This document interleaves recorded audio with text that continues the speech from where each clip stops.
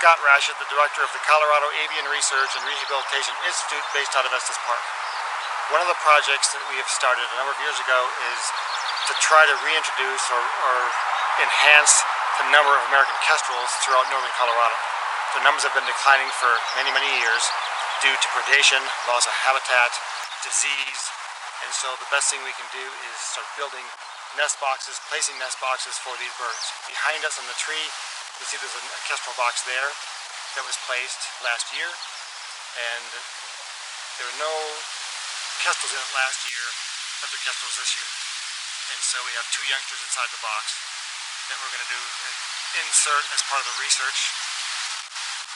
Colorado Avian Research has kestrel boxes from Nevada to the Wyoming border and from Fort Lupton to Glenwood Springs. We have 90 boxes placed now, and thanks to Emily, she connected me with this wonderful facility, and we placed two kestrel boxes here, and one of them was active, the other one was inactive, and we just banded the chicks a little while ago, and with the banding, we're hopefully going to gain insight into longevity, migration, movements, daily and seasonal, and hopefully the birds may come back to the same nest and re-nest again next year or in future years. Emily? Yep, so my name's Emily. I'm the co-executive director of Nature's Educators, and one of the big components of our mission is collaboration. And we were fortunate enough to work with Majestic View Nature Center in a number of different capacities over the last few years.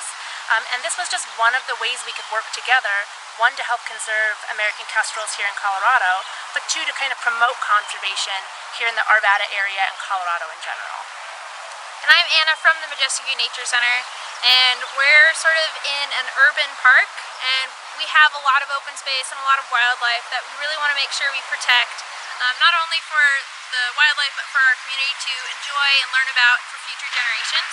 And so we really were happy to partner with both Emily and Scott to create this kestrel banding project.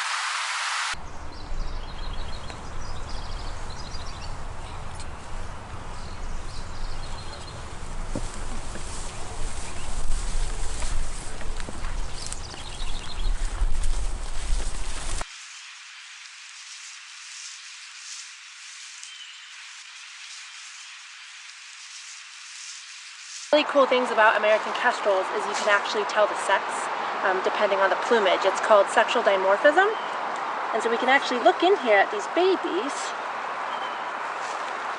and we can see that beautiful tiger striping on this bird is an indication that it's a female. So you can see that nice pretty tiger striping here. How old did we think they were? About, You have to look at them. keep that one. And then this one in here. So you'll notice the difference even though this guy is a little bit younger. It's about 3 weeks old roughly. So you'll notice this one doesn't have that tiger striping. It has this really beautiful slate blue coloration on the wings and more on the top of the head. And the difference with the tail is the females have that same kind of tiger striping, where the males have kind of a red tail with a black bar at the bottom. So they often get mistaken for baby red-tailed hawks, but baby red-tailed hawks don't get this small. So really cool. We have a male and female here today, which is kind of neat. And so you can sex them or age them roughly by that they fledge at about 30 days, you can give or take.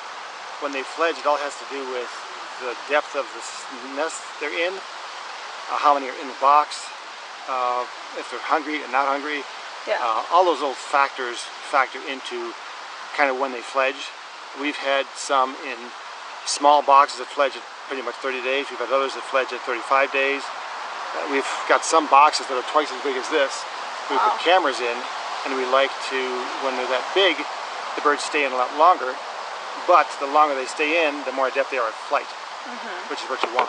You want them to, when they take off and fly, You don't you want want to make them to sure fly. that they can fly really well. Check the bands here. Yeah. We like to band the birds. I band the birds on the right leg simply because I'm right-handed. If you look at the band itself, you'll see it actually rotates around the leg. Yeah. It moves up and down. It really does not affect him at all. So a bird with a band on his leg is pretty much like you wearing a piece of jewelry. Yeah. Here's, say 119.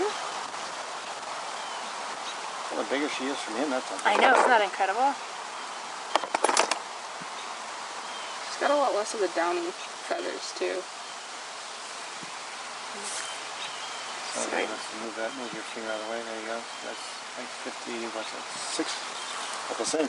Cool. All right. There we go. All right. Put it back in our home. Yep. Get Now her back just- upstairs. Just to be able to like to check and see if we have any prey remains. Sure. You almost never do. So there's a bunch of these pellets in here. Yeah. Wow. And so let's break this apart. Let's see what's inside here. And that's the first pellet.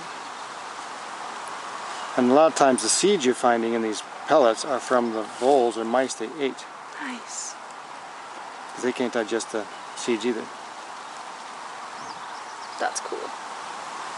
There's another.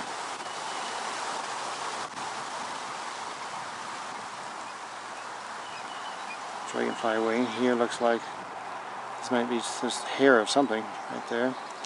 Nice. They're just really soft. There's a beetle, part of a beetle probably right there, that red thing. Mm-hmm.